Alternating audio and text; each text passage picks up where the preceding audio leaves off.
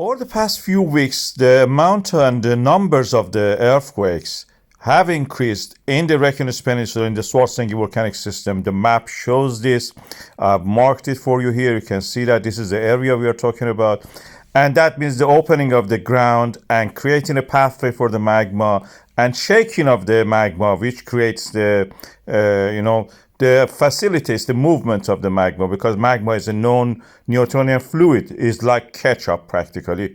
It needs earthquakes, and the earthquakes shake it up and make it fluid, more runny, and it can flow. We have evidence for the flow in the form of the slowing down of the land rise especially under the Svartsengi.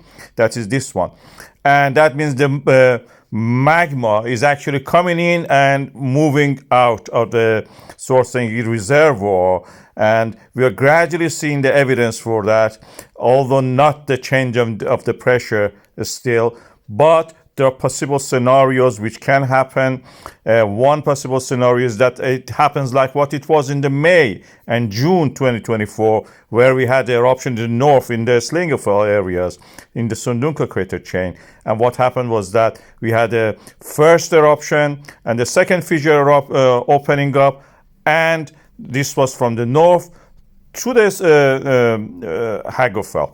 The second scenario is that it's from Hagafell, the eruption, the fissure opens, goes through the Grindavík, it slices through the defenses. This is what we saw in the January 14, 2024. And the slicing of the defenses was visible clearly. You can see the defenses here now being cut by the fissure, and the eruption is happening. And we had a branch of it actually continuing to the town of the Grindavík, to the suburbs of it, and practically burning some of the houses.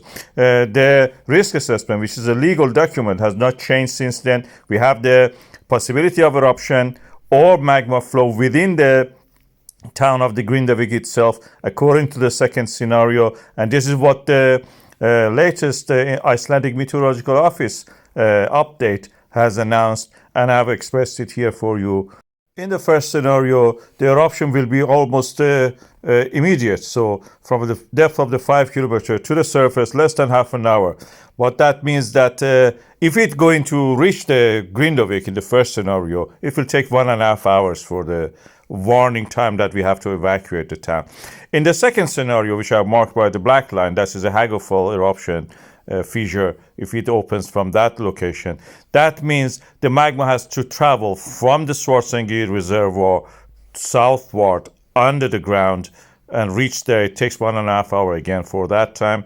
But then the eruption may happen within the town of the Grindavík. We had already seen such a thing in the past.